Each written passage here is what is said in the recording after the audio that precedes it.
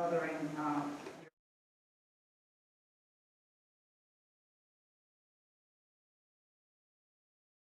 advertising of the newspaper. As CL said, EMS just got a pay raise. It was a lot of work involved in that. Well overdue, long overdue. We have now got them on the STEP program, so going forward, it should be an easy process. We do only have, as currently right now, one position vacant, and that is the grant writer. And we have had several applicants, but with the city getting a new city manager, we've kind of stepped back and let him take influence and to feel his way out, because he is actually in charge of the current department heads. All right, thank you, and we'll follow up. The next question under this issue will be, how will you stay informed about strategies and programs from the county, state, federal government, or advocacy resources to bring improvement to the city? And CL, your first opinion. I think staying informed comes from staying involved. I mean, recently we had the Worcester County Department of Economic Development and the Worcester County Tourism Department had a meeting here in Pocomoke, and I was privileged to attend that. And from that meeting, I was informed about several initiatives on both the county and state level. Most recently, at the state level, I went up and I met with Representative Delgado, Delegate Hartman, Mayor Beth Rosa, and a number of people up there. And in speaking with them, I learned much about legislation going through that affects Pocomoke. One key piece of legislation that went through that was very good to hear was the fact that there was an 11% tariff when you put on firearms that does not affect manufacturers, which specifically speaks to Benelli. So our jobs at Benelli are safe, it appears. And I hope that trend continues. But staying informed is, in my opinion, staying involved. Being present, being available, and being cognizant of that's human rights. All right. Next up, yes. Could you repeat the question, please?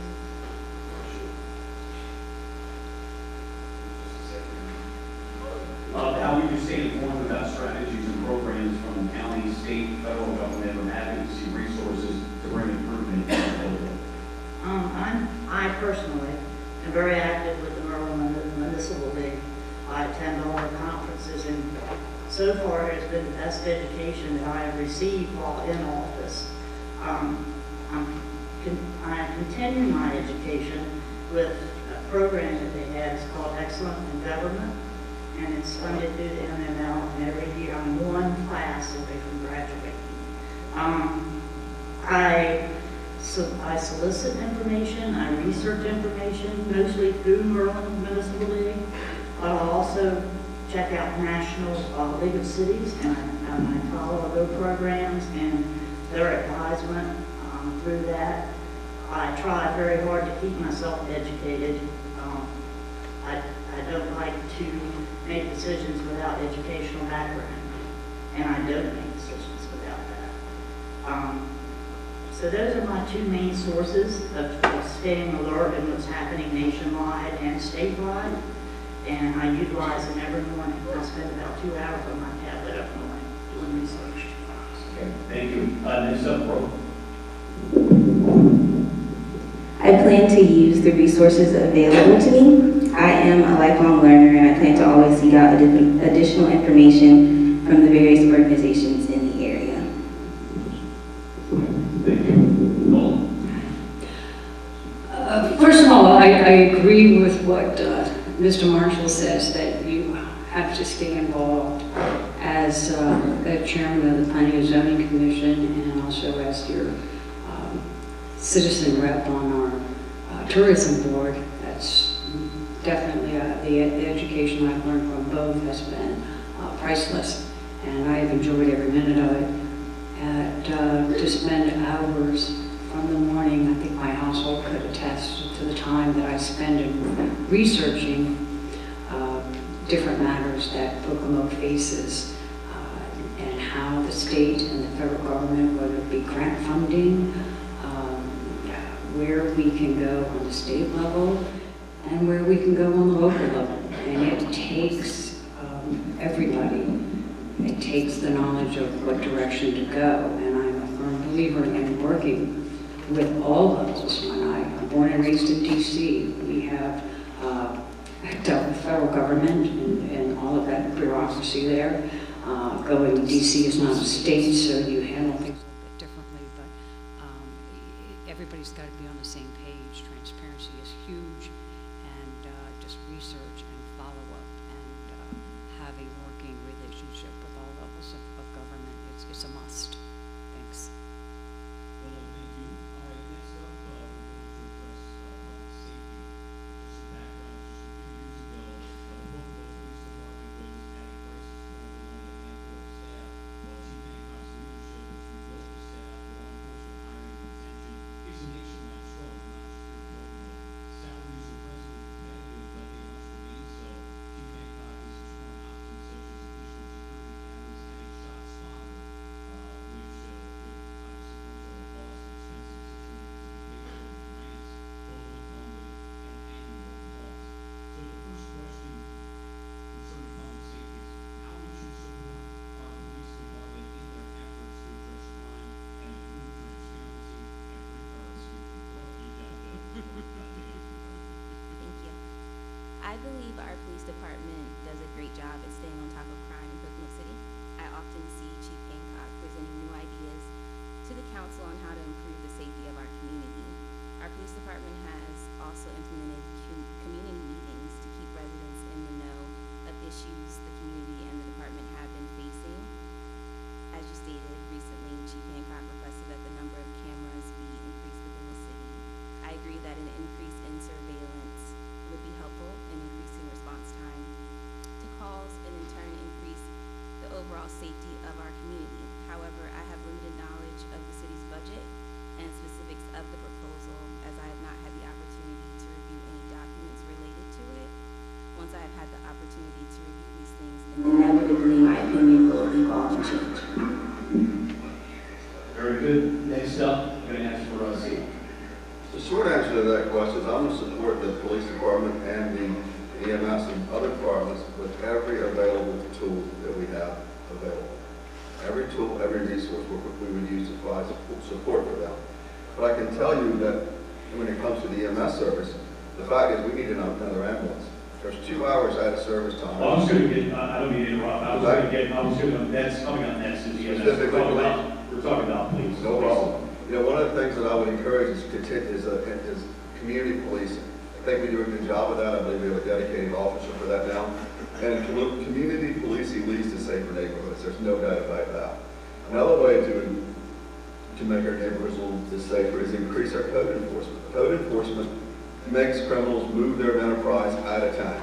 By utilizing code enforcement, whether it be grass or broken windows or shady-looking houses, put a little pressure on them with code enforcement, next thing you know, that crime moves out of town and it's not our problem anymore. And that's important for the residents of Pocomoke. 30 seconds. Training. We've done a great job with training. I think the minimum hours required for training for police in their area is 18 hours. And I was pleased to find out that most of our officers have received over 50 hours of training. I learned a lot the other night from Officer Castaneda concerning youth and youth laws concerning police activity. And I believe that the county can do a job at setting up a social network to support youth who find their way into the legal system. All right, CL, thank you. We'll now go forward. Thank you. I think Chief Hancock, thank you very much. I think he's done a phenomenal job. I think he was probably dealt a really bad hand there in the beginning. And to turn it around the way that you have, you should definitely be commended for. So thank you very much. With having law enforcement in my family, of course, it goes without saying, I support them 1,000%. Whatever the police need, I don't care if it's the two-legged officer or the four-legged officer, what they need, they deserve to keep themselves safe, to keep this community safe. I would enhance the community policing a bit more. And I say that only because the way crime is, it's a very fluid situation, and it may change weekly, it may change monthly, but I think that's very, very important to gain the trust of the community, especially with our youth. I'm not going to bring up a sore subject, but I'm going to go ahead and hit it. Chief Sewell was phenomenal with community policing, and just by his community policing procedures, he certainly fixed a few problems in our household, and he was very aggressive with it, and I gave him permission to be aggressive. So I would like to get back to that standard of community policing. Thank you. Time's up. Yes, sir. Long before I was ever, And then things are getting close. Yes, sir. long before I was ever on a seat on city council, first responders have been my heart. My husband's a fireman. He was an ambulance driver and an EMT. He's no longer able to do that. But when it comes to the police department, the best decision, I would say probably the second, or in the top two decisions that we've made, and I personally had a vote in it, was to make Chief Hancock chief of police. He took a police force of 5 officers and turned it in, as Seal said, we're one shy, and they're knocking on our doors to come. He sees that he gets the training that our officers need. He comes to us, and before he ever opens his mouth, we know whatever he's asking for is needed, and we work diligently to see that that need is fulfilled. If I continue on the council, the police department, the EMS, and first responders is a top priority for me. It's close to my heart, and I said I wasn't going to get emotional, but people say that that's a weakness, but I'm here to tell you it's not. My emotions say I have a heart. Thank you. As moderator, I get a chance to, with a follow-up question, so I want to follow up on the background that I gave, and so I'm going to give 60 seconds to each of you. Some of you addressed it, but I want to ask directly, and we'll start in reverse order, so that's your go first up. As I talked about, specifically, additional security cameras and a shot spot.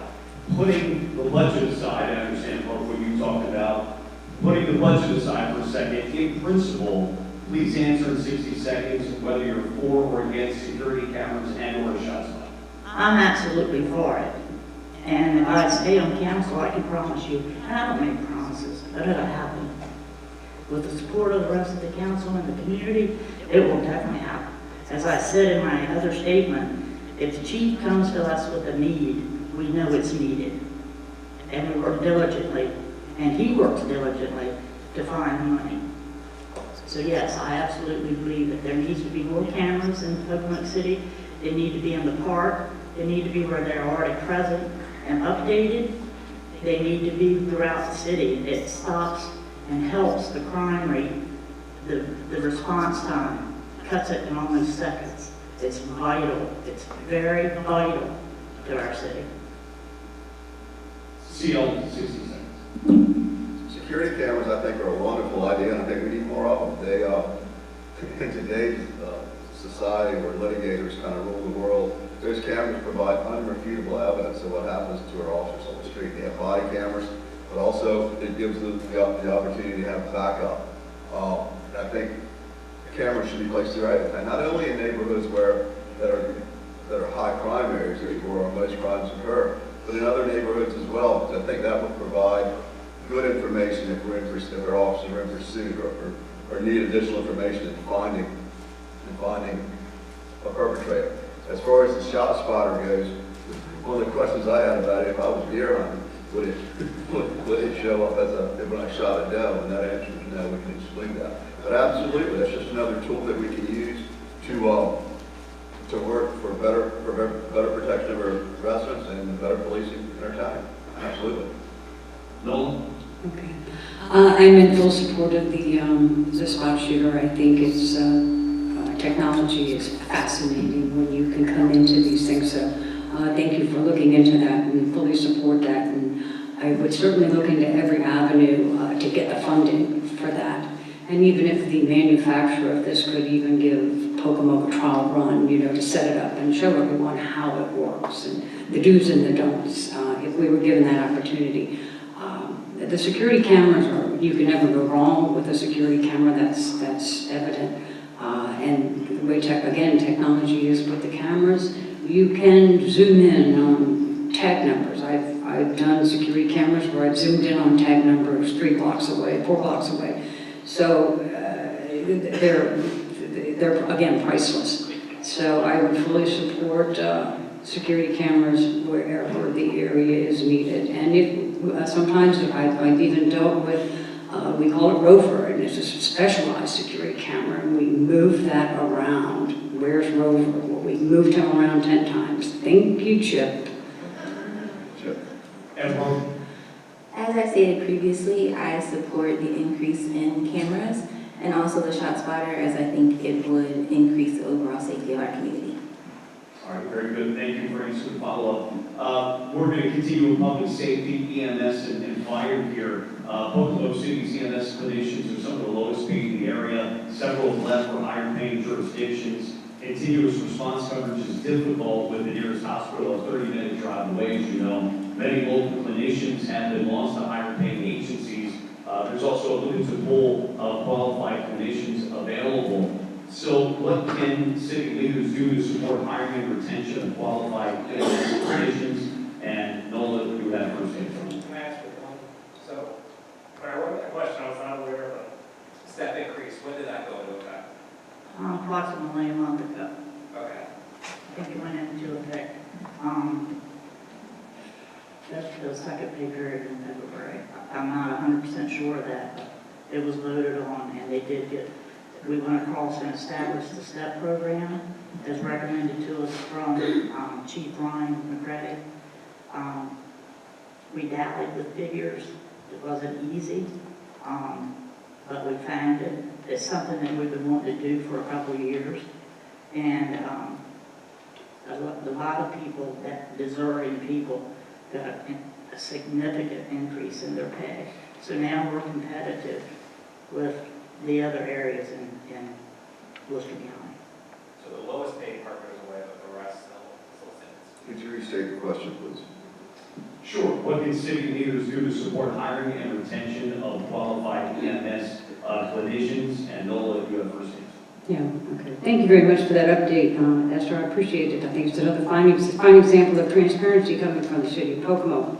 It was Further, thank you very much, Esther. It's my time. I think that obviously the step scale is long overdue. If I'm given the opportunity on council, I'd like to get a little bit deeper into that to make sure that it is in line with other counties within Maryland, across the bridge, etc. I knew that Mary Beth Cardozo was working on some legislation in regards to some funding for retention of EMS. And we'll see how that turns out. We'll keep our fingers crossed and say our prayers that that comes to life. And I am a firm believer in, again, any available funding that we can get for our EMS is, I use the word priceless, but our location, being a rural area, what we can get is just fills the bill for a lot of things, and being so far away from a hospital. If I need to go 28 miles, I want to make sure my EMT and or my paramedic is very well trained to get me there. So it's not like we have a hospital around the corner. That guy or that woman is keeping me alive in the 28 miles. So thank you. Seal. Pay equalization is a huge issue. You know, like I said, we're a small city. We're competing with other cities throughout Worcester County who are a little bit larger and have more money to spend on their EMS. It pleases me that the council and the city find that money for the to bring them up to speed in terms of pay, the EMS people. But looking forward, the compressed pay scale that they have in other cities is somewhat of an issue, and that's something that we're going to have to look at. That gives an early act where pay is basically front-loaded throughout their career, and we'll need to look at that as well. But recruitment's always an issue, and now it's more of an issue than ever. I think there are 4 or 5, maybe 6 people right now going through the program, and most likely only 1 to 2 of them will be successful in becoming an EMS. So the attrition rate is high in that field. Young adults are not wanting to go in that field. Well, one of the things that we have in our favor here at Pocomoke is that we're one of the only, I believe we are one of, if not the only, department to have a state retirement plan with their EMS program, and that is a marketing tool that we can use. And for that reason and many other reasons, like I said, this is a wonderful place to live, and that is something that we can market as well. All right, Roman? As I stated previously in regard to the vacancies in our municipal government, I believe it is important to have competitive compensation and benefit packages for these individuals. Everyone is important, right? The difficult thing is prioritizing when and where the city's money is going. Prioritizing the city's funds will be one of my main focuses if elected. Esther? With the pay increase that they just received as a start and a beginning to furthering the recruitment of our EMS. As CL said, the training is intensive, and it's not just a Pocomoke issue, it's a nationwide issue. And Pocomoke does, as CL said, has one of the best benefit packages around. We have dental, we have eye, we have life, we have health. We have a really good retirement system. It's with the Maryland State Retirement System.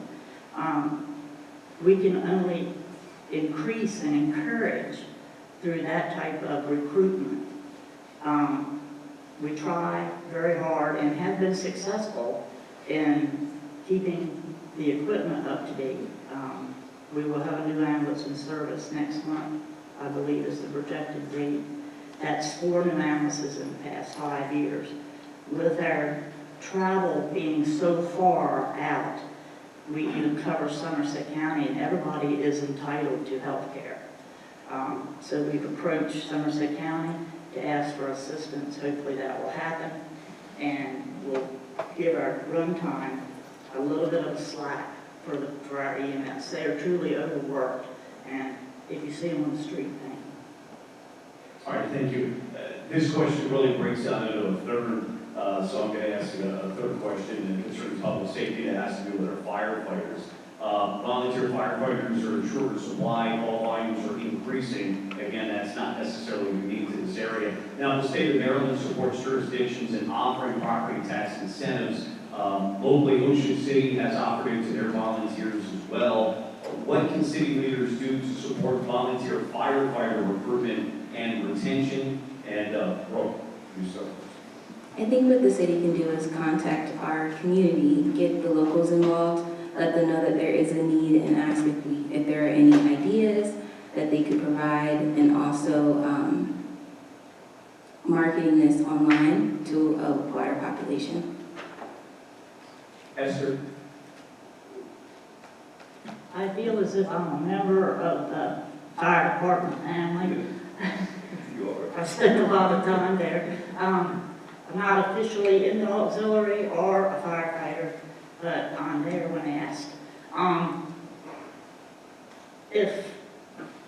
If people were interested in the job, there's no better place to volunteer than Pocomoke Fire Company. It's a brother. I'm going to get emotional. It's a brotherhood like I've never seen before. They respect each other, they work together, they're each other's back. I would turn over anything to help the fire department. And I'm sorry I'm getting emotional, but it's very close to my heart. My husband is a fireman, and what they've done for him in his illness is beyond me, humble. I would encourage everyone, women, men, and children, to seek out and join Pocomoke Volunteer Fire Company. Nolan? Fire company, what a brotherhood, right? You can't support them enough. That goes course, again, that goes without saying, I feel that getting everyone involved in volunteering in some capacity, the schools, in fact, can get involved. I know when the fire company has had an open house and we had taken our grandson and he was maybe 3, well, he was just beyond, you know, how the eyes as big as golf balls and got the fire hat on. And I thought, maybe he's going to be a fireman, who knows? And it was just such a great opportunity that the fireman gave him, and, you know, to let him get up in the truck. And I haven't ruled that out yet, you know, that he's not going to be, because he's fascinated. We can go by abandoned buildings and he says, Mom, maybe we need to burn that one down, you know, way down on 13. And so he's still pretty in tune. So I think we really need to get into maybe the schools to get the youth involved in a career in firefighting and a career in EMS. And because it's a great career, it's a rewarding career. It's a special breed of people. Not everybody can do that. I always say with my family in law enforcement, we say that we don't run in burning buildings. So that's a special kind of person that does that. And so I would love to see the youth involved more in bringing their attention to their community. Time's up. Seal. Just like EMS recruitment, recruitment for the fire company is very difficult.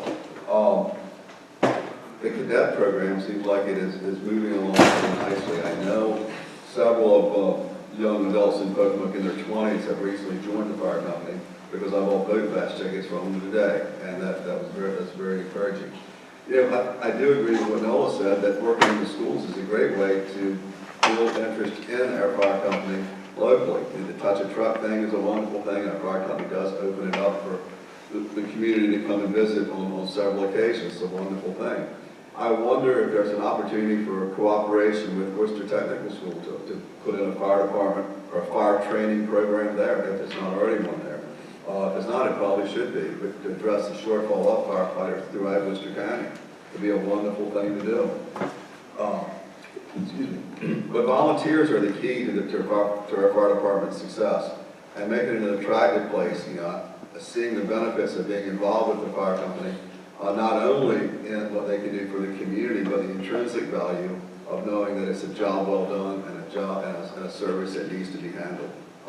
It's a very worthwhile endeavor, and I encourage everybody, if you're not, to become involved with the fire company in some way. All right, Seal, thank you. We're going to move on to our next question and issue having to do with parks and natural resources.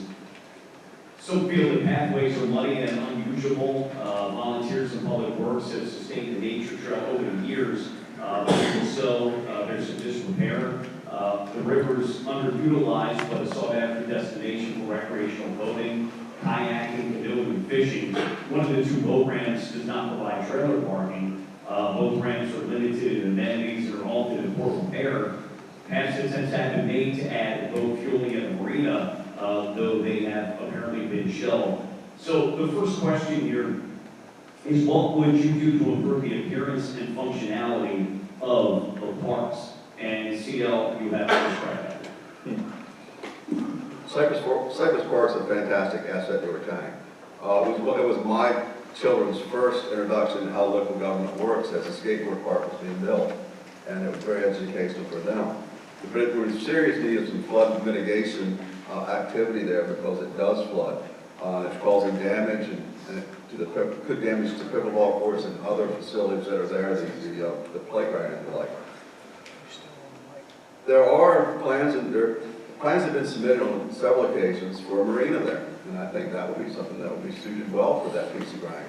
It's low, it would enhance the boating activities on the river, and one of the things that we lack that would increase boating activity on the river, specifically overnight stays and visits to our businesses and the like, is a fuel system that is operable and safe according to the Maryland Department of the Environment. I think that is key, and that would certainly enhance the river. As far as the winter quarters facility is concerned, that log cabin is in need of some repair. I do believe there's some electrical issues there and some HVAC issues, but what a wonderful wedding venue that could be turned into. with a little bit of insight and development from investors. All right, Noel. Thank you. The DNR has had meetings in Pocomoke, and unfortunately, City Council has not appeared at any of those meetings, but what their plan was and is through Cypress Park, as beautiful as it is, we all know that it gets a little wet. And what they would like to do in their vision is to have a trail, elevated trail system through Cypress Park. And we have also looked at extending the boardwalk down even to Hardwire and open that up as just a walkable area. We have such a vital downtown that we need to have it walkable, accessible by bicycle. And as far as the trails, can go all the way up into the state park. And I think when Mr. Marshall and I both attended the mixer at the Margaret Theater last week, Tuesday, it was very advantageous to be with the tourism and to discuss the different avenues that we can go, whether it's the kayaking, and I think even Mr. Marshall offered to take them for a boat ride up the river and open their eyes to all the possibilities that exist. We do not utilize our riverfront like we should. It's a gem, it's an asset, it's a draw, a marina, and I know a lot of people say that we'd like to have a marina with a restaurant. That's not out of the picture yet. So we need to utilize it and promote it. Thank you, Chip. Esther? I agree with what both candidates have just expressed, but just to elaborate, when we were presented the option of bringing a marina to Pocomoke approximately 4 to 6 years ago, it was a grant for $600,000 and we had to match it. At that time, the money was not available. It's not that we didn't want it, it's that we couldn't afford it. If that opportunity does arise again, the city's in a good place financially, and we do have those funds that we could now match it. And I would be 100% for it, because our river is our gem. It is our gem, and it could bring tourism and massive economic development to our downtown area. It would be a form of revitalization like we've never seen before. Speaking of the walkable, and our comprehensive plan 5 years ago was based around a walkable community. And we were seeking grants just for that. But that was all based around the library coming to Pocomoke in that Willow Street Armory area, which is no longer happening. So everything has to be rethought and redesigned. So hopefully those walkable communities that all of us want will happen. All right, and Brooke? Parks and natural resources are vital for our community's health and well-being, as stated by the other contestants. However, sustaining these resources can be a challenge with limited budgeting and staff. Fortunately, creative funding solutions can be utilized to combat these challenges, such as grant opportunities and community funding. Brooke, thank you. We're going to move on to, since there has been an incorporation of both Parks and Marine, we'll move on to the next issue. And it has to do with transparency and accountability. Open meetings, website, Facebook, information dissemination is what we're talking about. Of course, the city's recently been found in violation of the Open Meetings Act on several different occasions. Communication of city actions, projects, some feel is lacking. For instance, the water meter project controversy where citizens were not clearly notified of radio meters being installed and they needed to flush their home plumbing properly following installation. So along those same lines, the first question would be, what strategies would you promote civic engagement and participation in local government, and in addition, steps to ensure transparency and accountability in the city council's decisions? Brooke, we'll start with you first. Transparency in government is a cornerstone of healthy democracy. The workings of the government should be open and accessible to the public. This allows residents to understand how decisions are made, where their tax dollars are going, and how their elected officials are performing their duties. I created the platform Break Barriers with Brooke because my ultimate goal is to break barriers that may cause residents to feel unheard or unseen by their local government. Over the last few weeks, I have knocked on the doors of all the residents in District 4. I provided them with information on the election as well as my contact information. It is important to me that the residents know who I am and also understand that I am accessible and approachable. If elected, I will be their voice, and in order for me to represent them effectively, there can't be any barriers separating us. Brooke, thank you. Next up, Sia. I think the first thing that we should do in terms of government transparency is fix the audio and visual components of our city council meetings. In the environment in which we now live, you know, and hopefully there are thousands of people watching this tonight, Chip. There are people at home who are very interested in what's happening in Pocomoke. But yet they have the ability to watch and be able to monitor that from the safety of their own home, and we encourage that. We encourage participation throughout our community, and by fixing that, it would be a big step toward that. I'm not sure what it is, but I don't think it's anything major, and we can certainly look toward that. But transparency and accountability are crucial. I think Thomas Jefferson said it best. He said, whenever the people are well informed, they can be trusted with their own government. And I think the same applies today as it pertains to Pocomoke. By keeping the public well informed on things like, well, when we're going to pressure test the water lines to prevent backflow into people's houses, things like that. Something simple. Communication is key there. And I believe that through that communication, we can make a happier and we can make have our residents, specifically in the water department, have a better feeling about what we're doing. Communication there is key.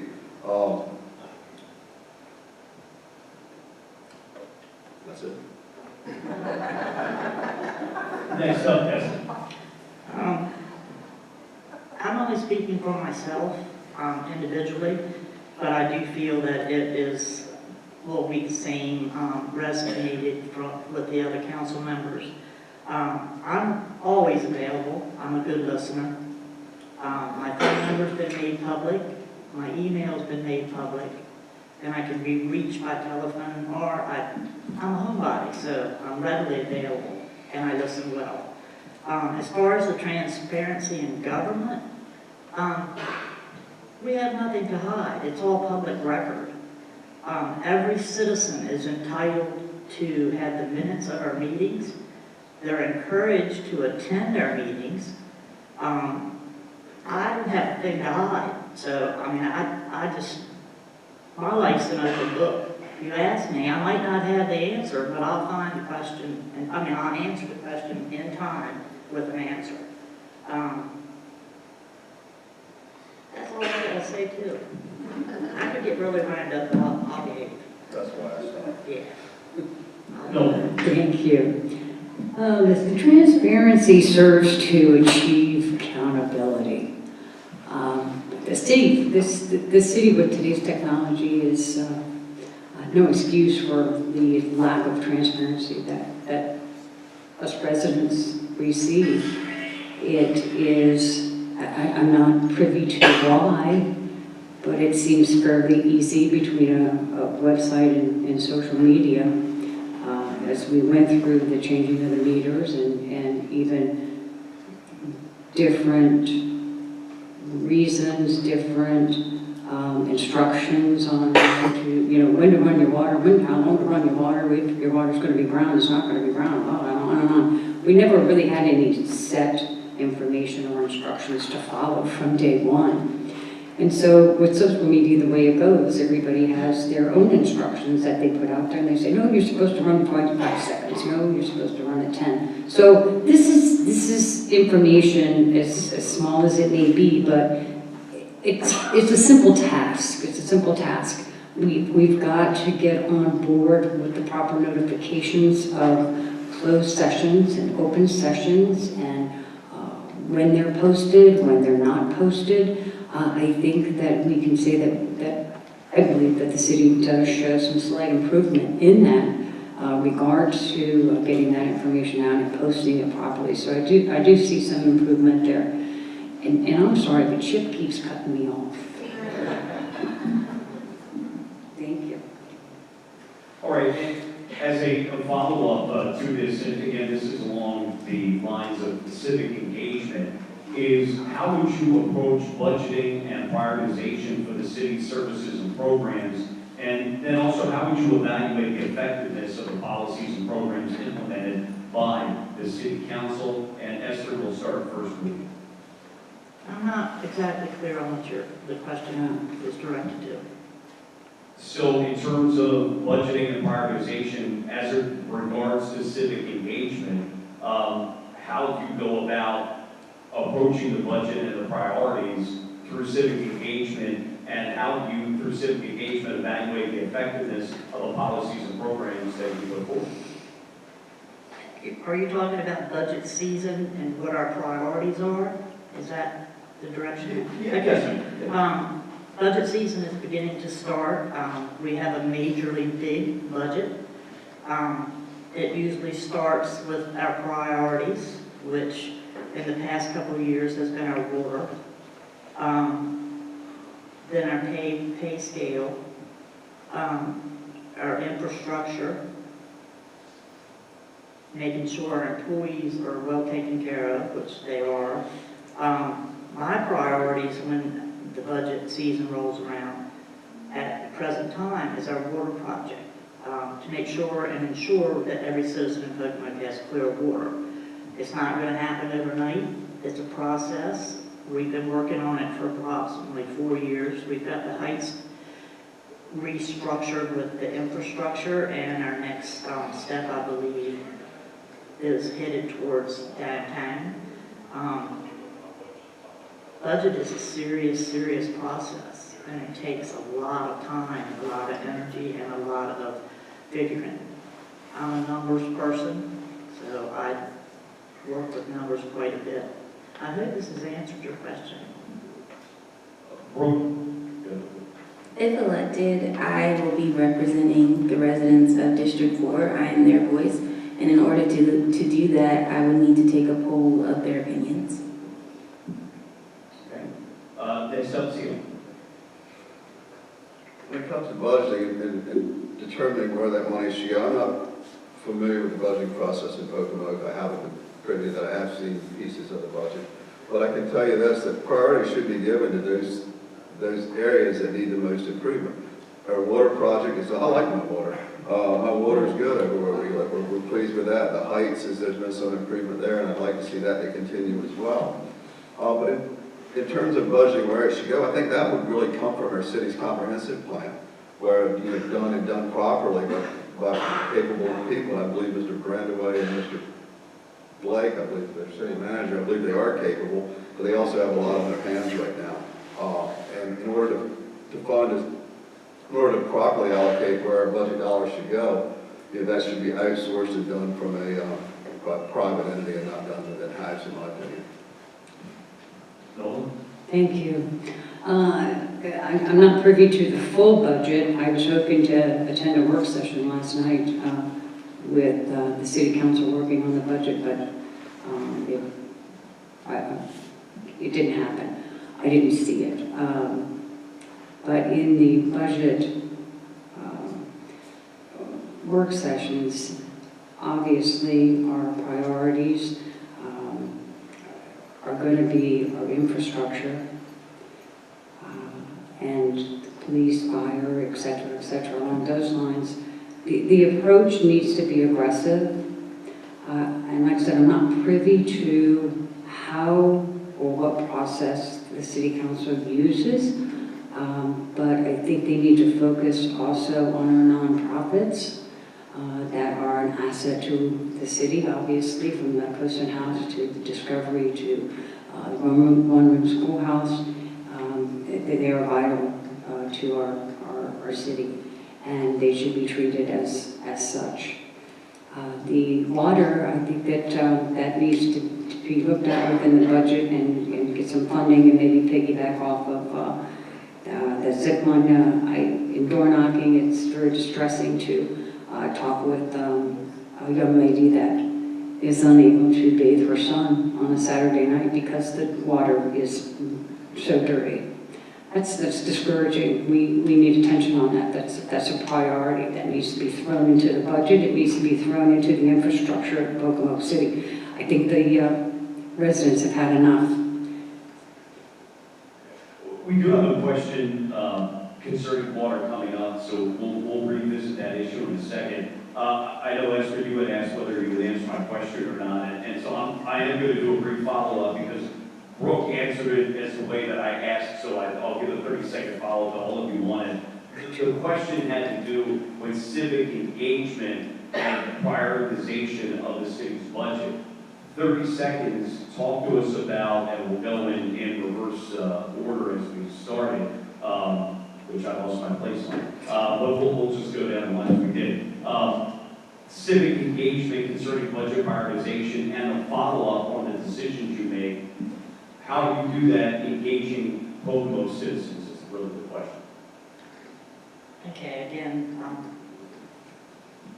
I'm kind of confused as what you mean by civic. Outreach, man, outreach. Okay. Concerning how do you come up with a prioritization of the budget? Do you just do it on your own? Or No. do you seek the public's opinion? Our budget starts with our finance director and our city manager working diligently together. And they bring to the council a rough draft, and then we go over it line by line and discuss it, which will be privy to the public at work sessions.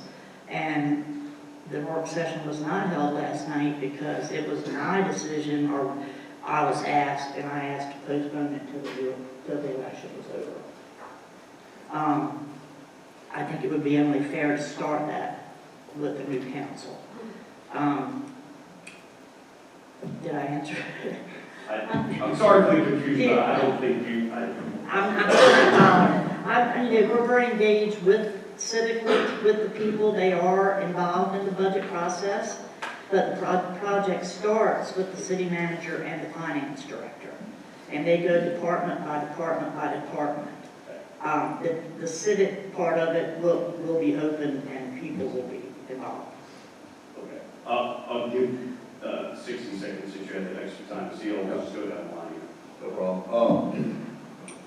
It's a complex process, I'm sure, and I think civic engagement would probably be gauged best through public comment and public input to see what the public needs and what they want, based on the funds that are available. And that would encompass certainly a public comment session as well as collaboration with the finance director and the other pertinent parties within City Hall.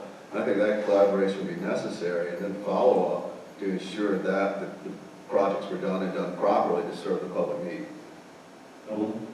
Thank you. I don't remember as a resident of Pocomoke being invited into a public comment session at budget time. I know it was a work session, but I don't remember a public comment portion of that. So Esther, that would be wonderful to have at a work session, to have public comment.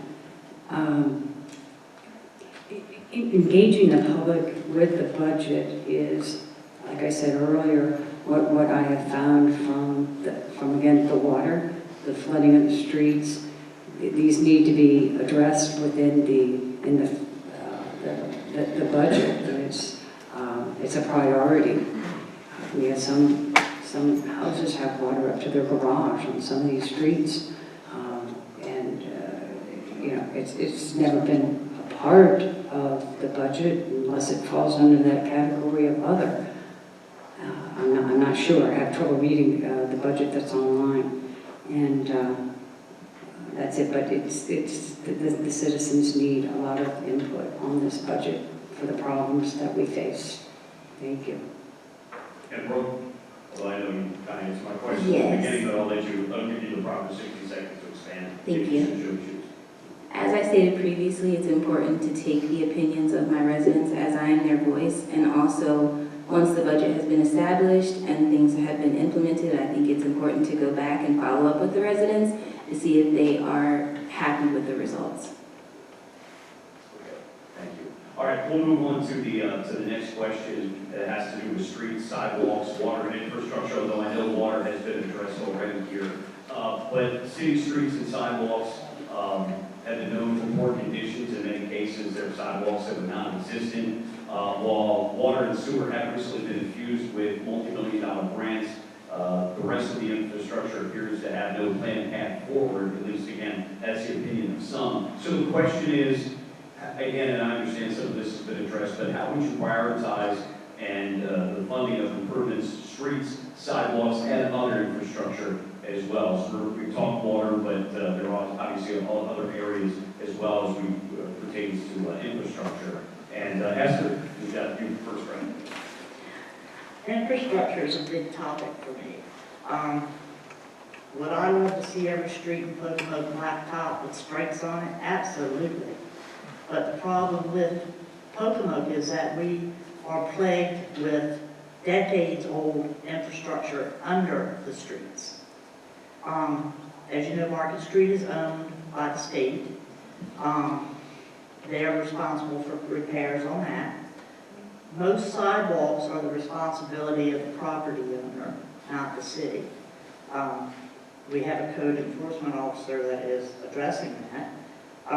But to fully repair our streets, the pipes and the like I said, decade-aged pipes underneath our streets, it would only be wasting thousands and thousands and thousands of dollars to blacktop that street when the infrastructure beneath it could cave in at any time. So it's a working process. It's not going to happen overnight. I found out the first year I was on the council that things do not happen in government overnight. It takes months and years sometimes to accomplish that. It is on the radar, and hopefully in my lifetime, I will see those pipes replaced and the streets repaired. All right, thank you. Brooke? It's important that we modernize with care by finding cost-effective ways to upgrade and prioritizing sustainability. Sidewalks are extremely important as many of our residents walk as their primary method of transportation, walking to school, work, or simply a friend's house. And also, Pocomoke has a history of issues with water sources in our community. Clean water is a basic human right. All of our residents should have clean water in their homes. All right, thank you. Sia? Concerning sidewalks, I think one of the first things that I'd like to tackle concerning that is finding a way to install a sidewalk right out here, going from the high school down Cedar Street on the left side of the road. Every afternoon, students there are at risk. There's no sidewalk there. There's no safe place to walk. It looks like that's school property on the side. So that's something I think we could take a look at as well for the safety of our students. Secondly, infrastructure is a major issue, and Cedar Street is probably one of the worst ones in town. And the lift station there, I believe, is complete or near completion. It's almost there. We've done a good job with their lift stations, and I think Market Street in that area is better for it. Excuse me. Concerning the sidewalks and the property and it being owned by the property owners, I think the city should be able to access some money either from the county, and I believe there is some county money available right there for infrastructure rehabilitation. And the money that I believe is out there should be a good start toward rehabilitating our sidewalks from a city standpoint, should we choose to do that. But I think infrastructure with our piping and our underground facilities may take precedent over that. But that's something we could discuss. All right. And Nolan? I think the first thing I would do is, if I was on city council, is give the Worcester County a call in their finance department and take hold of the little less than $100,000 that's been left on the table by city council. It's an infrastructure reimbursement grant. I would start there. And it may not be a lot. Every little bit helps. But if we don't have infrastructure, we don't have town. If we don't have infrastructure, we don't have economic and development. We don't have revitalization. We have nothing. So there is, from my research, a lot of infrastructure grant money out there available. They're too numerous to really list, but it's, the money is there, we need to take advantage of it. And like I said, without repeating myself, without the infrastructure, we don't have a town.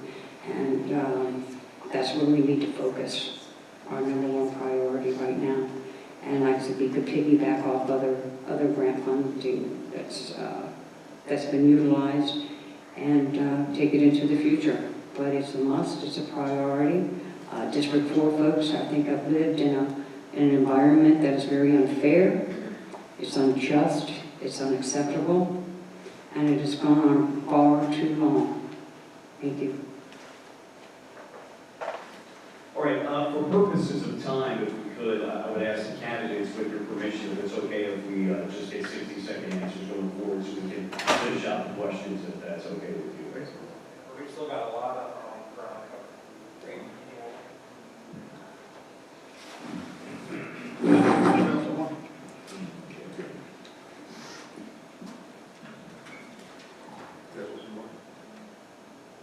No, thank you.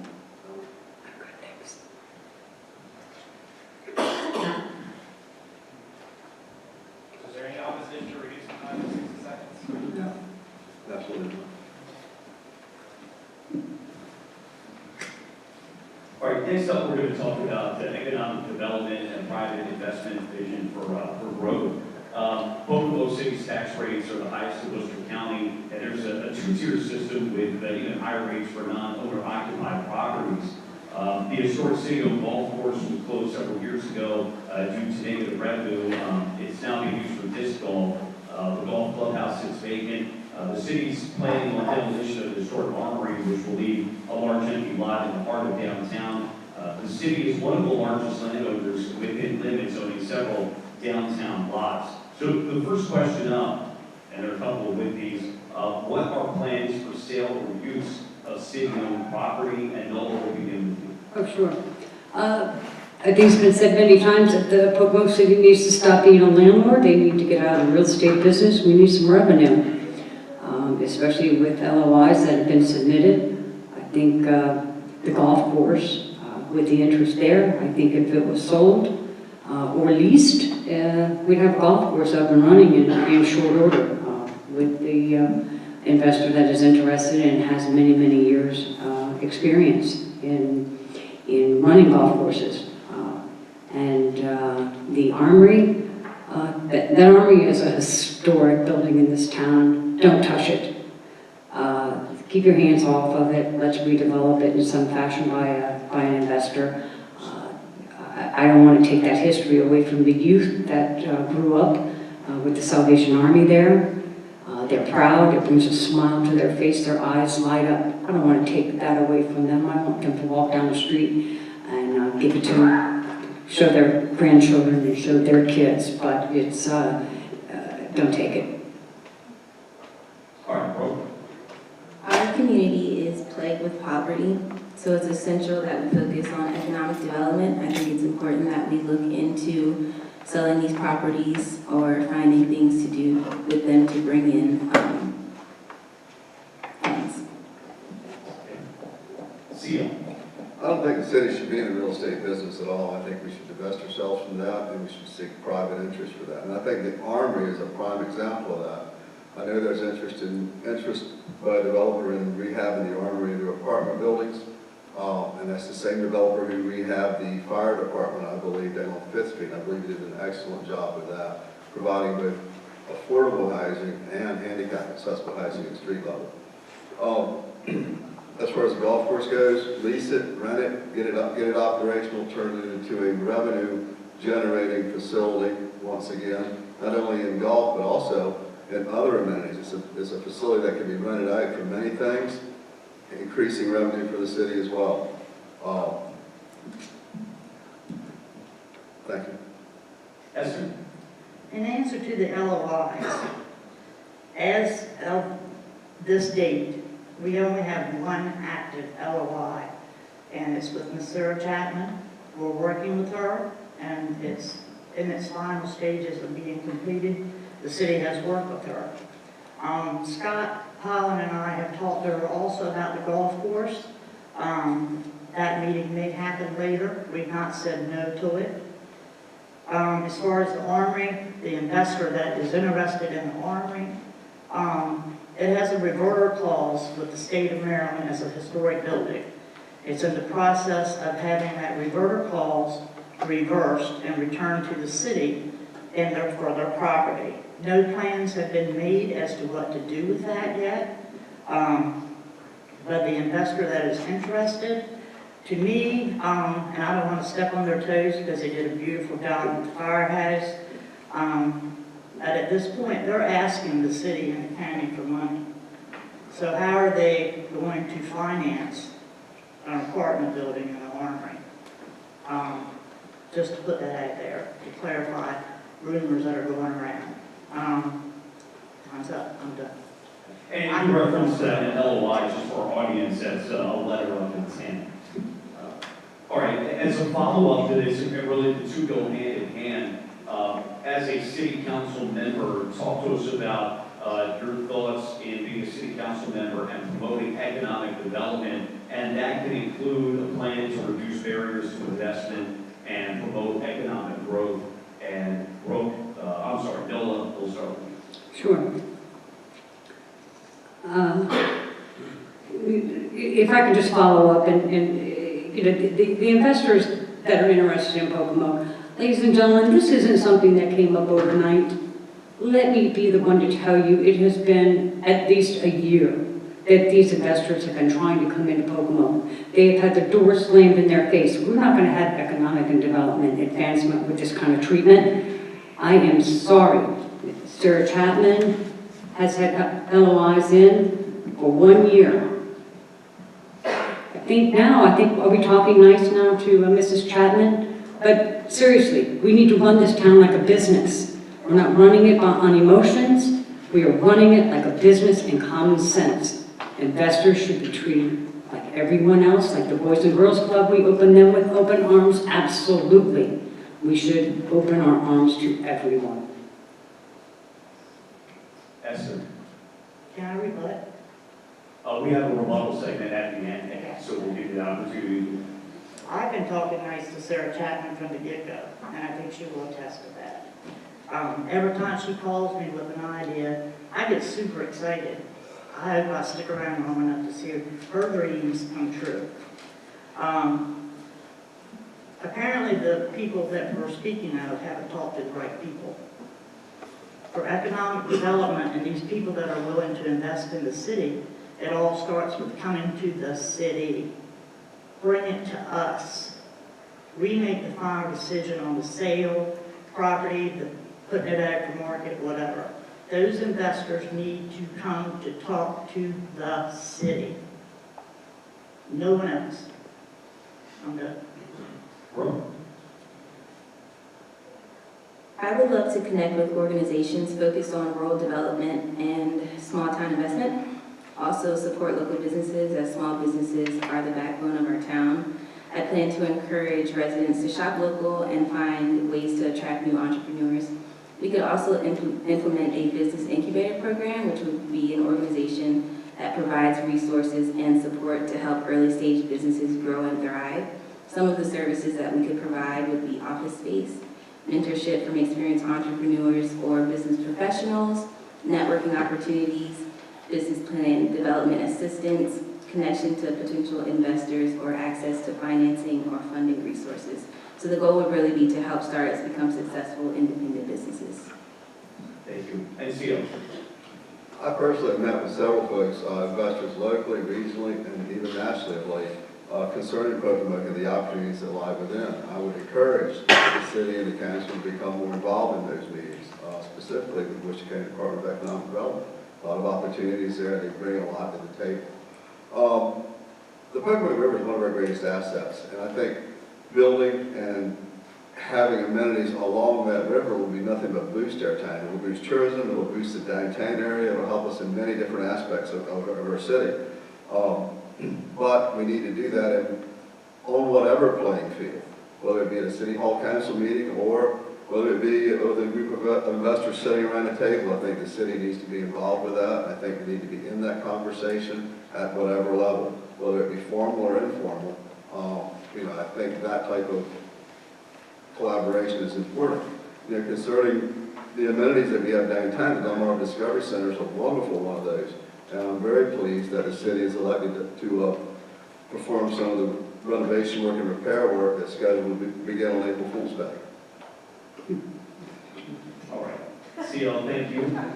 Next up, we're going to talk about the design standards, historic district, and property appearance and code enforcement. Just a little background, the city's recently passed a rental registration ordinance to regulate rentals. Also, the city's in the process of codifying a historic district that was previously defined by the National Register. Code enforcement, some folks at least feel that has struggled to have hold property owners accountable for blight. So 2 questions here, and the historic end will be second, so we'll hold off any comments on it. What plans do you have to revitalize the core of the city, including residential areas in poor repair, deteriorated and rundown properties? And Esther, you've got the first question. I did a little research on that today, and I spoke with our code enforcement officer. He was hired in July of 2021. And at that time, there was what he called a wish list for rehab or demolition. To this date, we have done 21 of that 30. To just give you a rundown, there's been 10 in the Laurel and Isaac Jenkins area that's been rehabbed. On Park Avenue, 3 rehab, 1 in progress. 6th Street, the old sewing factory, is in the process of coming down. So it is a process. We are working to clean up our city. With the rental agreement, we're hoping that people will have a safer, healthier environment to live in. It's a process. We're on it. We're working hard. Bear with us. Whether I'm around or not, that process will continue. CL. I think the key is collaboration. It's got to be a collaboration between private and public sources to make it work in the downtown area. In 2019, I believe it was, our city did a downtown revitalization plan, and that called for 2-story, multi-story facilities on the downtown area with some residential housing upstairs. It shows it works by the massage parlor. That type of entity works, and it works for our city. Increasing foot traffic downtown, I think, would behoove everybody and would help support local businesses down there. One of the things I think would be key in enhancing some of the blight is to have a city list of approved contractors. That folks who don't know who to call, or folks who may have been shammed by some unruly contractor, will be able to go to. And these contractors being vetted by the city would be a wonderful resource that we could provide and would certainly help with that. And It is important to enforce property appearance codes, as this will promote a sense of pride about our community. However, while enforcing property appearance codes is important, so is offering support. Instead of solely handing out consequences, we should also be offering various methods of education and support to individuals that find themselves unable to meet code requirements. all right, well, thank you. And In revitalizing the downtown area, that's going to be exciting to see the Newberry building come to life. And first and foremost, to revitalize it, to have more housing, and to have the jobs downtown, keep the youth here in Pocomoke, would be a huge for revitalization. The youth is our future, and we need to have the jobs for them. I know, Chip. Don't let Chip pressure you. I know. But yes, so it's coming. I feel it. I think everybody should get excited about it. We have to revitalize the other areas. Is that 149 Market Street that's coming in with wellness, and she's called the Shore Attorney and a travel agent. No, thank you. Our final question having to do with youth services and opportunities. The city recently announced a partnership with the Boys and Girls Club intended to bring a 3,000-foot recreation facility to the heart of town on city-owned land. Recreation opportunities have declined with the deterioration of the armory and the centralization of county rec services to Snow Hill. Not discounting the county's Young Warriors program, city leaders have for years discussed building a new community center to improve services and opportunities. So the question is, what do you propose to improve the youth recreation desert that people feel is the case of Pocomoke City? Brooke, we'll begin with you.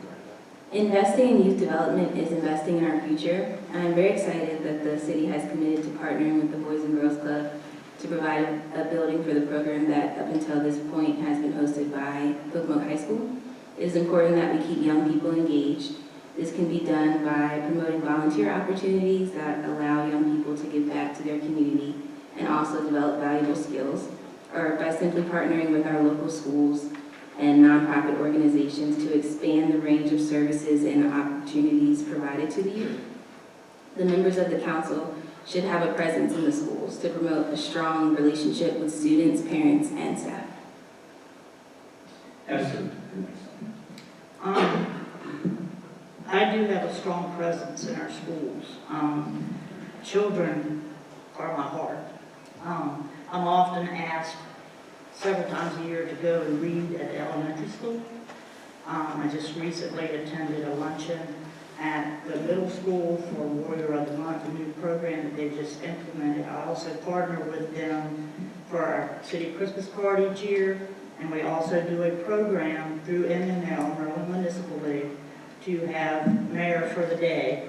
We bring in a group of students chosen by the school to do a mock mayor and council meeting. As far as the Boys and Girls Club is concerned, it's a win-win for the city. The building will be ours. The building can be used for other facilitated things. Our senior citizens, our children, it'll give them a safe space to congregate together, and Chip's cut me off. I've been going for days. Thank you. No, you're welcome. We have in place the Future Warriors that the county was kindly nice enough to provide at no cost to the city. Even though I'm trying to put it in a place that the mayor had committed $15,000 towards the Future Warriors, and it has turned into something great. Unfortunately, when he took it to council voted that down. So the county was kind enough to completely fund that, and the basketball courts are ready or close to being ready. I think the all-purpose courts are going to be sometime around the 1st of June, and it's going to have bleachers, and it's going to be a full force of nature out there on that new Future Warriors within the schools, and then of course hopefully they're going to utilize it outside to the park that the county has offered, and it's being built and will maintain. So from inside the schools to outside into the park, it's going to be a great thing for them. Boys and Girls Club, bring them on. And Seal. The Boys and Girls Club is a great thing for Pocomoke City. I firsthand have seen what that can do. I've been involved with the Boys and Girls Club at Morehead City in the Florida Boys and Girls Club fishing tournament, and I've seen how that money can help the community, can help so many deserving, so many needy folks.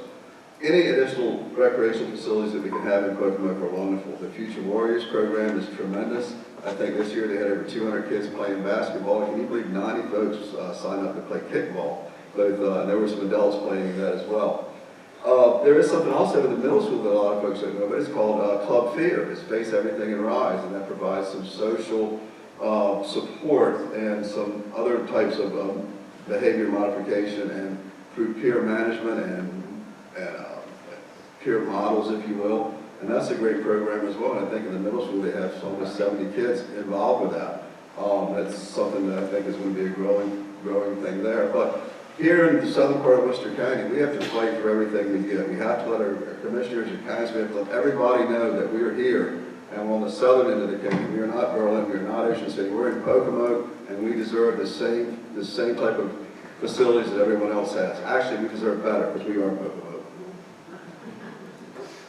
All right, Chief asked me to get one more question, and then we'll get to our rebuttal segment and then closing statements. And again, I appreciate everybody's time, both in the audience and, of course, our panel of candidates here this evening.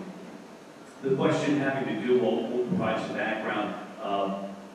This city funds many municipalities are finding success increasing walkability, likability, civic pride, and community engagement.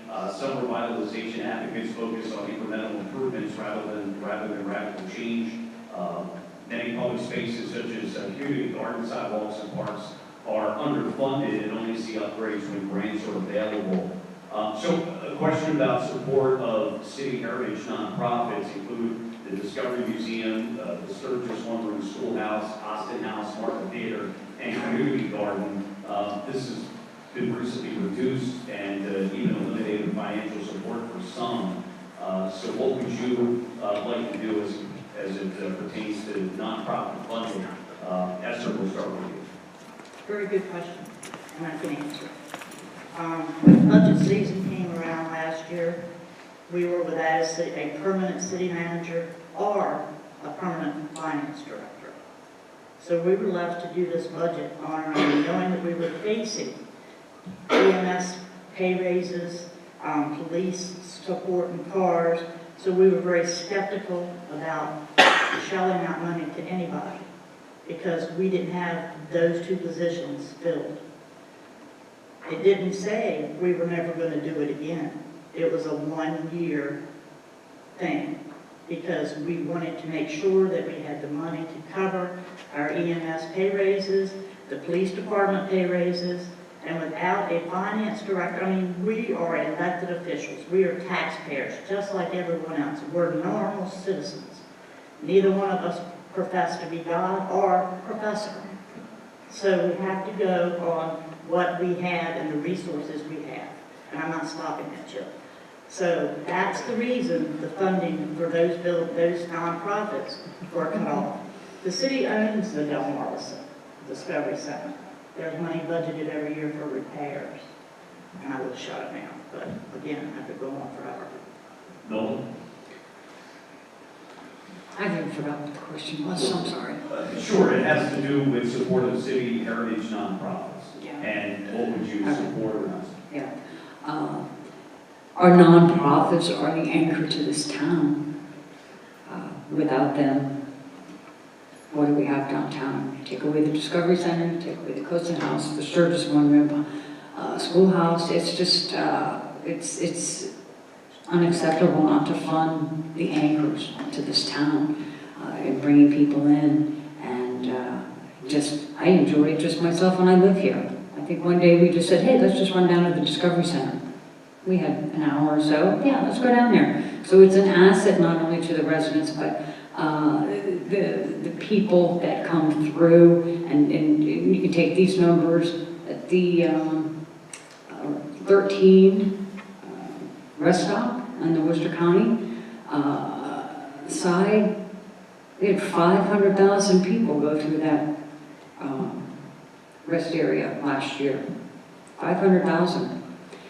And you think we don't need to fund our nonprofits that are bringing these people into Pocomoke?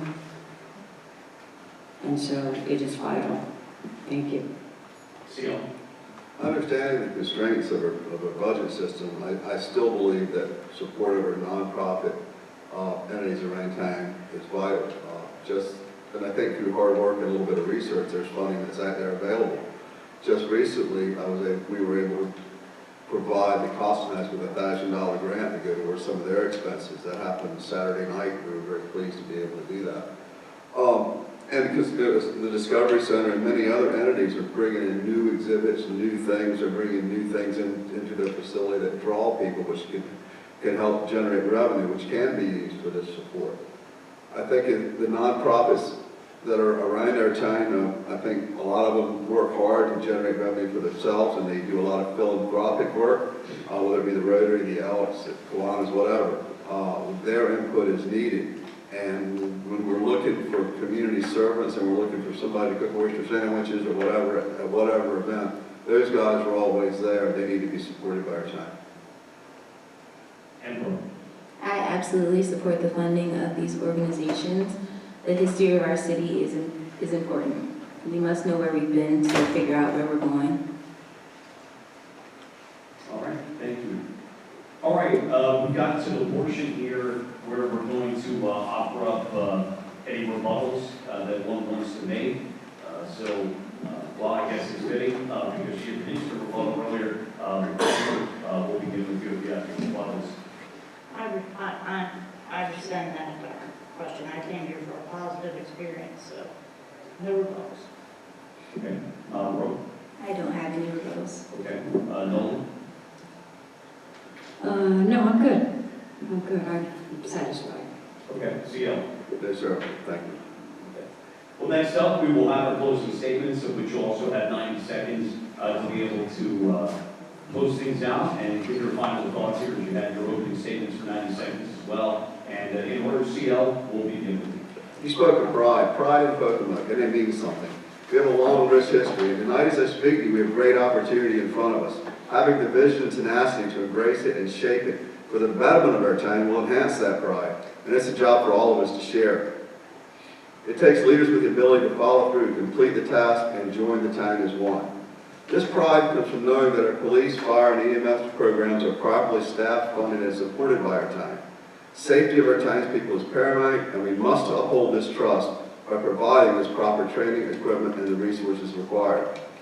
Pocomoke pride will grow as we partner with public and private economic development entities to create businesses and tourism opportunities.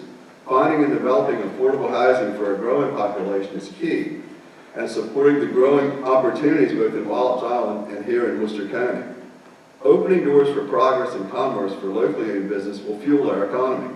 Local dollars spent in local businesses fund little leagues, community events, and other charitable endeavors.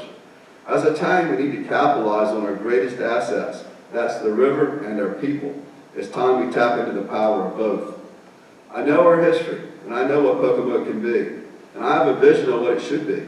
And my vision includes responsible commercial development. My vision includes access to recreational and educational opportunities for all segments of our population. If elected, I ask your cooperation from the mayor, the council, and I will lobby vigorously for the vision I have for Pocomoke. Together, we can restore that Pocomoke pride. Together, we can make Pocomoke a better place to live, work, and visit. And I ask for your vote on April 2nd. CL, thank you. Brooke, you have the floor. I want to be an inspiration to other people, in particular the youth. I want young people to be inspired and to know that you don't have to wait until you have nothing better to do to serve your community. I want to give a huge thank you to everyone that has encouraged me thus far, and to everyone that came out tonight or is viewing from home. I would love the opportunity to represent the residents of District 4. On April 2nd, please come out and break barriers with Brooke. Brooke, thank you. Esther, you're next. I'm asking for your vote to let me continue my work for the city. I take it very seriously. I put a lot of time to it. I want to neglect my own family, my husband. Actually, I had almost considered not running again this year because he's always griping that I'm never home. I'm always doing something for the city. But he encouraged me and told me he had my back because he knows where my heart lies. I'm not a public speaker, as you can tell. I am passionate about Pocomoke City, and whenever anybody knows me, and most of Pocomoke does, knows when I'm passionate about something, I give it 200%. And I work hard, and I will continue to work hard for Pocomoke if re-elected. Thank you. And Nolan? Thank you. Thank you, everybody, again, for coming out tonight and be a part of this great conversation that we've had tonight. I'm not only asking for your vote in District 4 and for the town in general, for the decisions that need to be made. I'm asking for your trust and asking you to believe in me.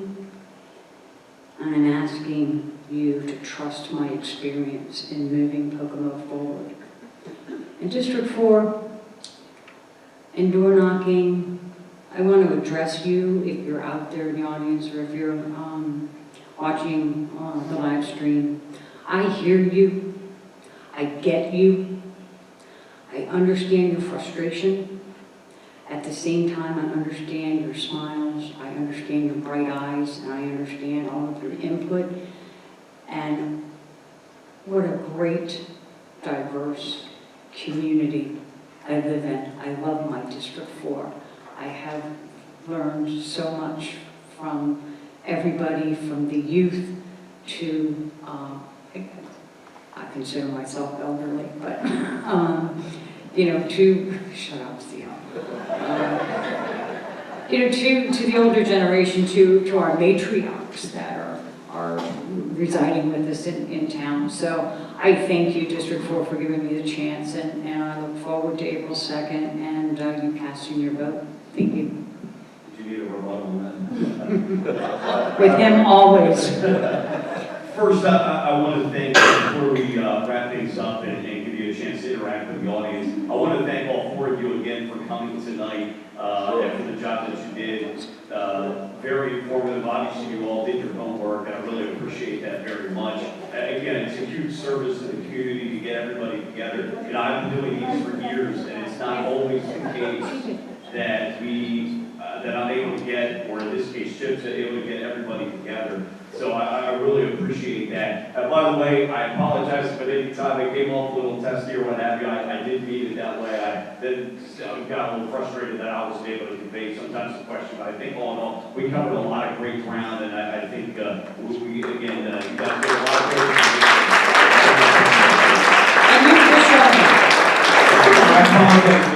I wanted to, before I wrap things up as well, I wanted to thank Chip as well, because, we can talk about being frustrated about having issues, complaints, but for folks to step forward and to do something about it, or to provide a forum for openness and to try to get the community engaged and more civically active, for someone to take charge and to do all this is a big endeavor. So I think Chip deserves a round of applause for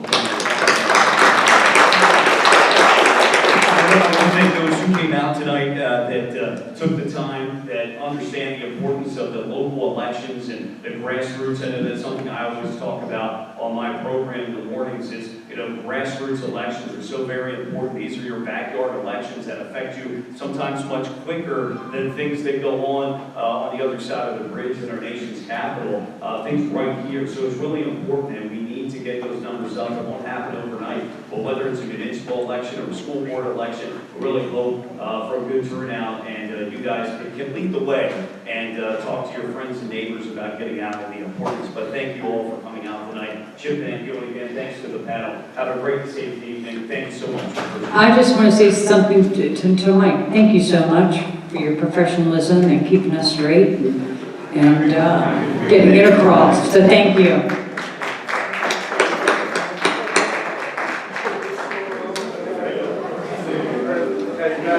Yeah.